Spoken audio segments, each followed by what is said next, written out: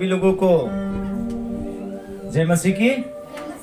परमेश्वर का धन्यवाद हो, प्रभु के नाम की बड़ाई हो, स्तुति हो आज के सुंदर समय के लिए।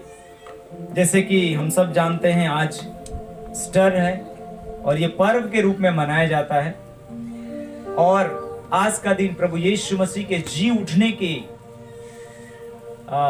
उपलक्ष्य में मनाते हैं, क्योंकि परमेश्वर के वचन में वो सारी बातें लिखी हुई है जिसकी चर्चा अभी हम करने के लिए जा रहे हैं। हम लोग निकालेंगे परमेश्वर के वचन से और वो हमें मिलेगा मरकुस उसका 16 अध्याय और 1 से आगे की ओर हम पढ़ेंगे और उसी में से आज के दिन में हम सीखने का प्रयास करेंगे।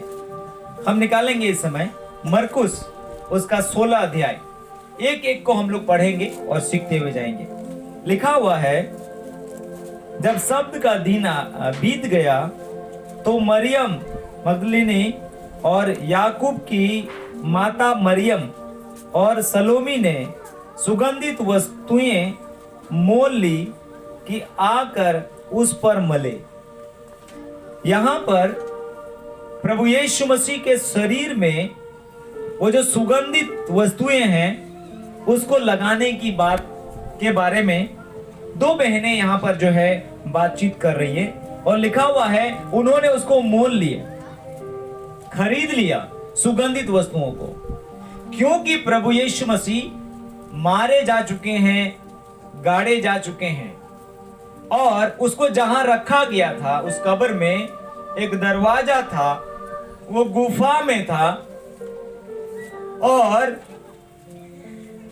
उस जगह में जाने की तैयारी में ये लोग लगे हुए हैं ताकि प्रभु यीशु मसीह के शरीर में उन सुगंधित जो कीमती वस्तुएं हैं उसको लगा दे, ताकि उनका जो बॉडी है, उनका जो डेड बॉडी है बोल सकते हैं, उनका जो शरीर है वो जल्दी से ना सड़े।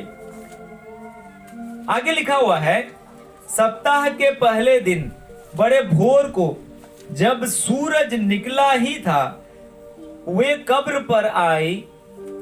ऐसे समय में वो लोग आ रहे हैं, बहुत सुबह, रविवार की सुबह, सप्ताह का पहला दिन अर्थात रविवार के बड़े भोर में, सूर्य निकला नहीं है लेकिन ये दोनों उस कब्र के पास जो है आ गई हैं बड़े हिम्मत के साथ। और क्या होता है आगे, और आपस में कहती थी हमारे लिए कब्र के द्वार पर से पत्थर कौन लुढ़काएगा। इन दोनों के हाथ में सुगंधित द्रव्य है, सूर्य निकलने से पहले निकल चुके हैं बड़ी भोर को। उनको मालूम है कब्र में बड़ा सा पत्थर लगाया गया है, यहां तक कि रोमी साम्राज्य का मोहर भी उसमें लगा हुआ है, यहां तक कि वहां सिपाही भी नियुक्त किए गए हैं। जब वो कब्र की ओर बढ़ रहे हैं सुबह सुबह के टाइम में, उनके मन में विचार है, उनके मन में एक सवाल उठ रहा है। वो एक समस्या में है और उनकी समस्या क्या है? समस्या ये है कि हम जा तो रहे हैं सही, हम उनके शरीर में, यीशु के शरीर में उस सुगंधित द्रव्य को लगाना तो चाहते हैं, लेकिन हमारे लिए दरवाजा खोलेगा कौन? ये उनके मन में विचार हो रही है। अब आगे देखिए, जब उन्होंने आंख उठाई तो देखा कि पत्थर लुढ़का हुआ है, वह बहुत ही बड़ा था। आइए हम ताली बजा करके धन्यवाद करें प्रभु को। जब वो दोनों उस कब्र के समीप आते हैं, मरियम मगदलीनी और मरियम जब कब्र के पास जाते हैं तो देखते हैं कि कब्र का जो पत्थर है जो उसमें लगाया गया था वो क्या किया गया है? लुढ़का हुआ है और वो बहुत बड़ा था। वो आश्चर्य में थे कि इतना बड़ा पत्थर किसने लुढ़का दिया। हम तो सोचते थे कि वो बंद पड़ा हुआ होगा, लेकिन वो तो खुला हुआ लग रहा है। ये कैसे हो गया? ये बहुत आश्चर्य की बात उनको लगी। कब्र के भीतर जाकर उन्होंने एक जवान को श्वेत वस्त्र पहने हुए दाहिनी और बैठा देखा और बहुत ही चकित हुए। जब वो दोनों डरे डरे से कब्र के अंदर घुसते हैं, कब्र के भीतर घुसते हैं उस गुफा में, तब देखते हैं कि वहां पर उनके दाएं साइड से एक व्यक्ति है, एक जवान है जो कैसा वस्त्र पहना हुआ है? श्वेत वस्त्र, सादा कपड़ा, पूरा पूरा सादा पहना हुआ, वो जो है क्या हुआ है, दाहिनी ओर बैठे हुए उन्होंने उनको देखा और आश्चर्य किया कि ये कौन है जो गुफा के अंदर में सादे वस्त्र को पहन करके आराम के साथ बैठा हुआ है। आगे लिखा हुआ है, उसने उनसे कहा,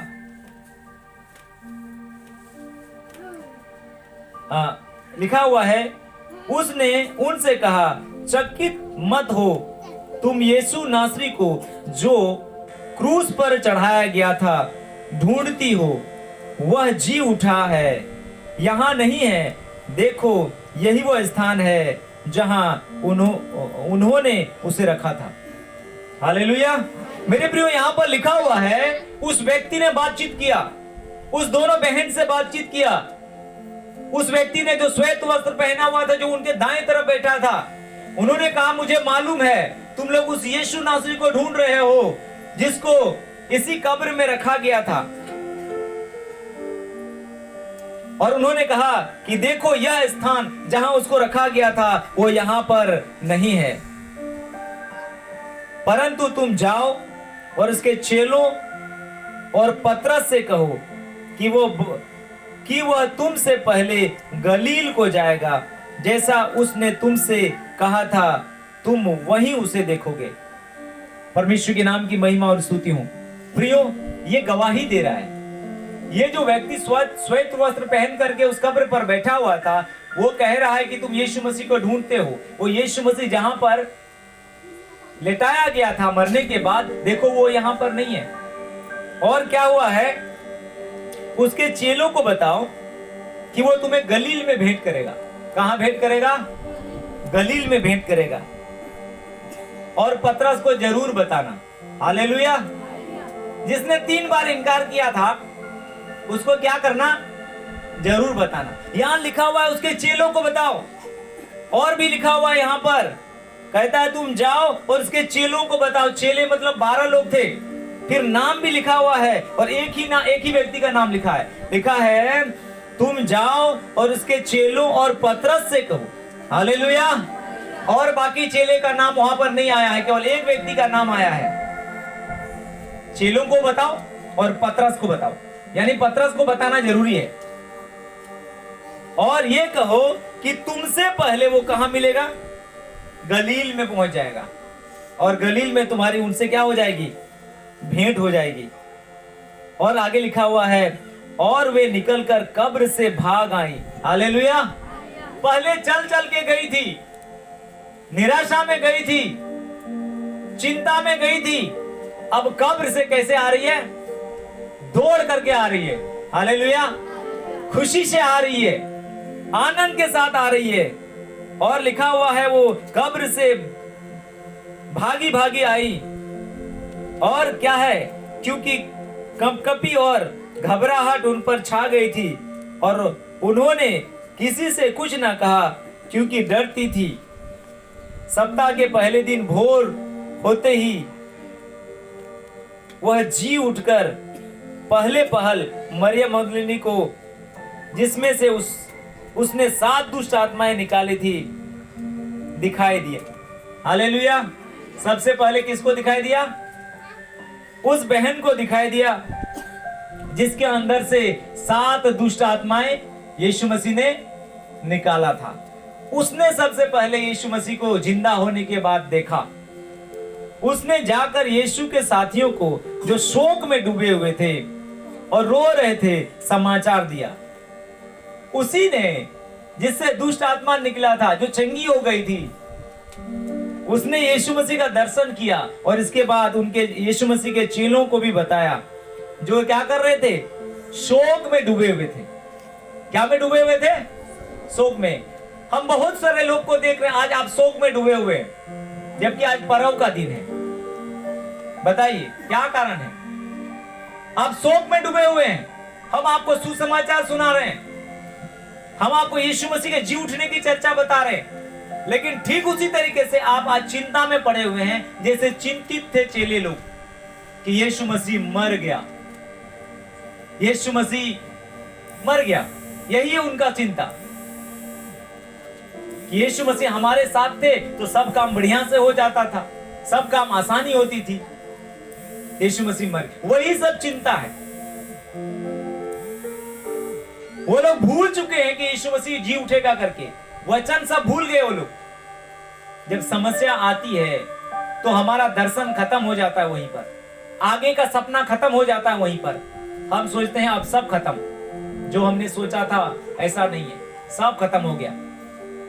हमें बड़ी लगने लग जाती है हमारी समस्या। वही था चेलों के साथ।